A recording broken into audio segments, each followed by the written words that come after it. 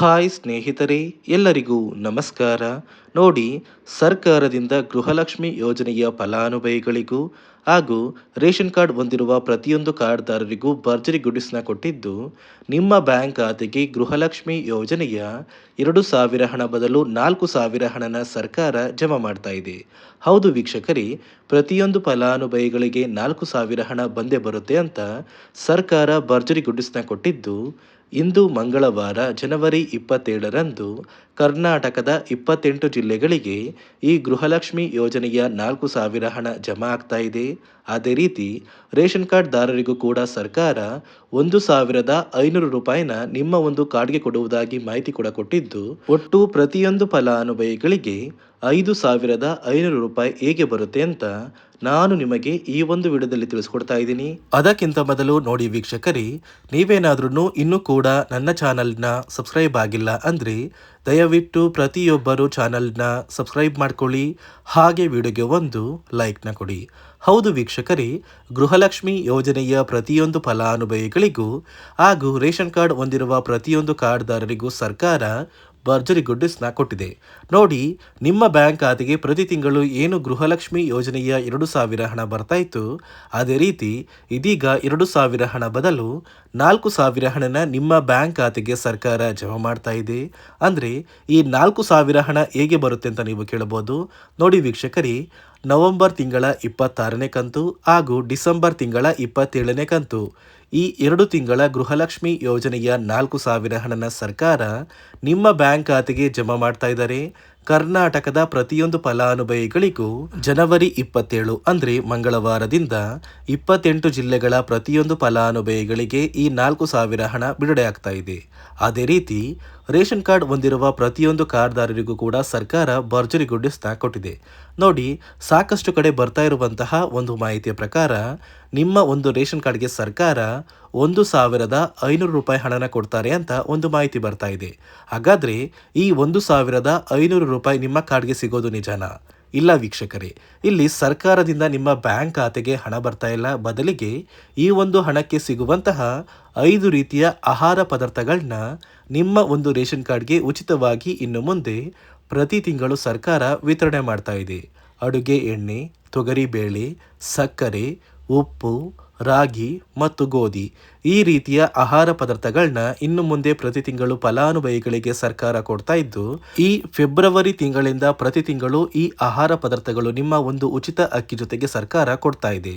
ಅದೇ ರೀತಿ ನೀವು ಗೃಹಲಕ್ಷ್ಮಿ ಯೋಜನೆಯ ಈ 2 ತಿಂಗಳ 4,000 ಹಣನ ಪಡಿಬೇಕು ಅಂದರೆ ಸರ್ಕಾರ ಪ್ರತಿಯೊಂದು ಫಲಾನುಭವಿಗಳಿಗೆ 5 ಹೊಸ ನಿಯಮಗಳನ್ನ ಕೂಡ ಜಾರಿಗೆ ತಂದಿದ್ದು, ಹಣಕಾಸು ಇಲಾಖೆ ಪ್ರತಿಯೊಂದು ಫಲಾನುಭವಿಗಳು ಈ ನಿಯಮಗಳನ್ನ ಕಡ್ಡಾಯವಾಗಿ ಪಾಲಿಸಲೇಬೇಕು ಅಂತ ಆದೇಶನ ಕೂಡ ಕೊಟ್ಟಿದ್ದು, ಬನ್ನಿ ವೀಕ್ಷಕರೇ, ಆ ನಿಯಮಗಳು ಏನು ಅಂತ ಕೂಡ ತಿಳಿಸ್ಕೊಡ್ತೀನಿ ಮತ್ತು ಯಾವ ಫಲಾನುಭವಿಗಳಿಗೆ ಹಣ ಬರ್ತಾ ಇದ್ದು ಯಾರಿಗೆಲ್ಲ ಕ್ಯಾನ್ಸಲ್ ಆಗಿದೆ ಅಂತ ಕೂಡ ತಿಳ್ಕೊಳ್ಳೋಣ.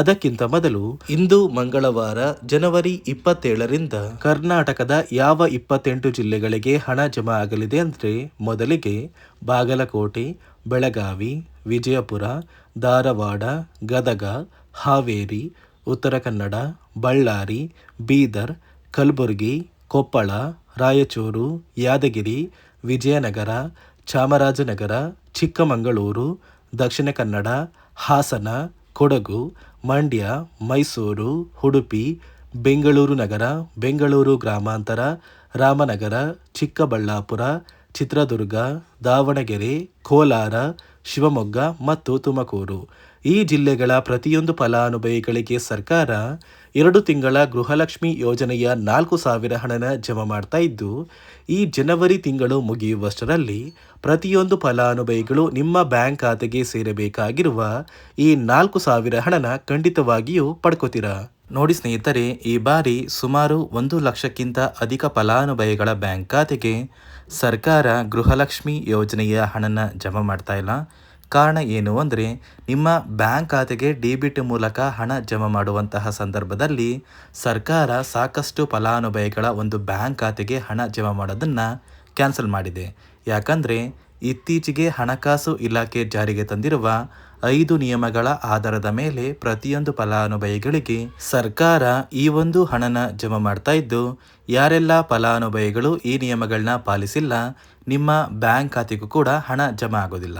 ಹಾಗಾದರೆ ಬನ್ನಿ ಸ್ನೇಹಿತರೆ, ಸರ್ಕಾರ ಜಾರಿಗೆ ತಂದಿರುವ ಆ 5 ಹೊಸ ನಿಯಮಗಳು ಏನು ಅಂತ ನಾನು ನಿಮಗೆ ತಿಳಿಸ್ಕೊಡ್ತಾ ಇದ್ದೀನಿ. ನೋಡಿ ಸ್ನೇಹಿತರೆ, ಮೊದಲನೆಯ ಒಂದು ನಿಯಮ ಬಂದು, ಸಾಕಷ್ಟು ಫಲಾನುಭವಿಗಳು ಹೊಂದಿರುವಂತಹ ಒಂದು ರೇಷನ್ ಕಾರ್ಡ್ ಏನಿದೆ, ಆ ಒಂದು ರೇಷನ್ ಕಾರ್ಡ್ನ ಮನೆಯ ಸದಸ್ಯರ ಪ್ರತಿಯೊಬ್ಬರ ಒಂದು ಆಧಾರ್ ಕಾರ್ಡ್ನ ನಿಮ್ಮ ರೇಷನ್ ಕಾರ್ಡ್ಗೆ ಕಡ್ಡಾಯವಾಗಿ ಲಿಂಕ್ ಮಾಡಿಸ್ಬೇಕು. ಅಂದರೆ ಈ ಒಂದು ಲಿಂಕ್ ಮಾಡಿಸುವಂತಹ ಒಂದು ಪ್ರೊಸೀಜರ್ಗೆ ಸರ್ಕಾರ KYC ಅಂತ ಕರೀತಾರೆ. ನಿಮ್ಮ ರೇಷನ್ ಕಾರ್ಡ್ಗೆ ಇನ್ನೂ ಸಹ KYC ಆಗಿಲ್ಲ ಅಂದರೆ ನಿಮ್ಮ ಬ್ಯಾಂಕ್ ಖಾತೆಗೆ ಸರ್ಕಾರ ಮುಂದಿನ ದಿನಗಳಲ್ಲಿ ಗೃಹಲಕ್ಷ್ಮಿ ಯೋಜನೆಯ ಹಣನ ಕ್ಯಾನ್ಸಲ್ ಮಾಡುತ್ತೆ. ಅದೇ ರೀತಿ ಎರಡನೆಯ ಒಂದು ನಿಯಮ ಬಂದು, ಸಾಕಷ್ಟು ಫಲಾನುಭವಿಗಳು ಕಳೆದ 3 ತಿಂಗಳಿಂದ ಸರ್ಕಾರದಿಂದ ಬರ್ತಾ ಇರುವಂತಹ ಒಂದು ರೇಷನ್ ಏನಿದೆ, ಅಂದರೆ ಉಚಿತ ಅಕ್ಕಿ ಏನಿದೆ, ಈ ಒಂದು ರೇಷನ್ನ ಪಡ್ಕೋತಾ ಇಲ್ಲ. ಒಂದು ವೇಳೆ ಕಳೆದ 3 ತಿಂಗಳಿಂದ ನೀವು ರೇಷನ್ನ ಪಡ್ಕೊಂಡಿಲ್ಲ ಅಂದರೆ ಸರ್ಕಾರ ನಿಮ್ಮ ಬಳಿ ಇರುವಂತಹ ಒಂದು ರೇಷನ್ ಕಾರ್ಡ್ನ ಕ್ಯಾನ್ಸಲ್ ಮಾಡುತ್ತೆ. ನಿಮ್ಮ ರೇಷನ್ ಕಾರ್ಡ್ನ ಸರ್ಕಾರ ಕ್ಯಾನ್ಸಲ್ ಮಾಡಿದರೆ ನಿಮ್ಮ ಬ್ಯಾಂಕ್ ಖಾತೆಗೆ ಗೃಹಲಕ್ಷ್ಮಿ ಯೋಜನೆಯ ಹಣ ಇರ್ಬೋದು ಮತ್ತು ಸರ್ಕಾರದಿಂದ ಬರುವಂತಹ ಒಂದು ಸೌಲಭ್ಯಗಳನ್ನ ನೀವು ಕಳ್ಕೋಬೇಕಾಗುತ್ತೆ.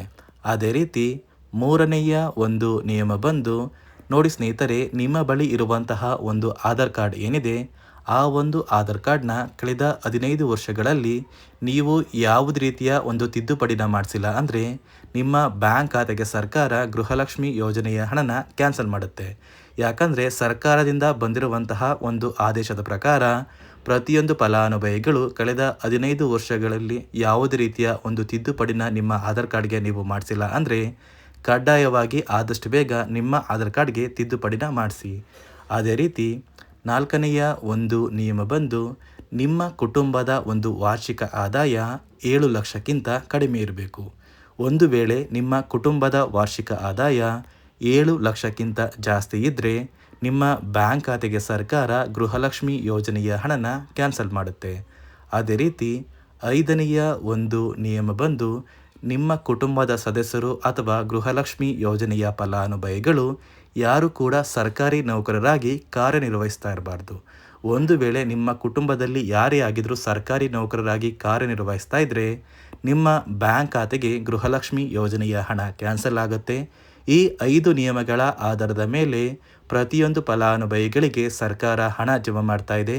ಒಂದು ವೇಳೆ ನೀವು ಈ 5 ನಿಯಮಗಳನ್ನ ಪಾಲಿಸಿಲ್ಲ ಅಂದರೆ ನೀವು ಕೂಡ ಗೃಹಲಕ್ಷ್ಮಿ ಯೋಜನೆಯ ಹಣದಿಂದ ವಂಚಿತರಾಗಬೇಕಾಗುತ್ತೆ. ನೋಡಿ ವೀಕ್ಷಕರೇ, ಇಂದು ಮಂಗಳವಾರ ಜನವರಿ 27ರಂದು ಕರ್ನಾಟಕದ ಒಟ್ಟು 28 ಜಿಲ್ಲೆಗಳ ಪ್ರತಿಯೊಂದು ಫಲಾನುಭವಿಗಳಿಗೆ ಸರ್ಕಾರ ಗೃಹಲಕ್ಷ್ಮಿ ಯೋಜನೆಯ ಒಟ್ಟು 2 ತಿಂಗಳ 4,000 ಹಣನ ಜಮಾ ಮಾಡ್ತಾ ಇದೆ.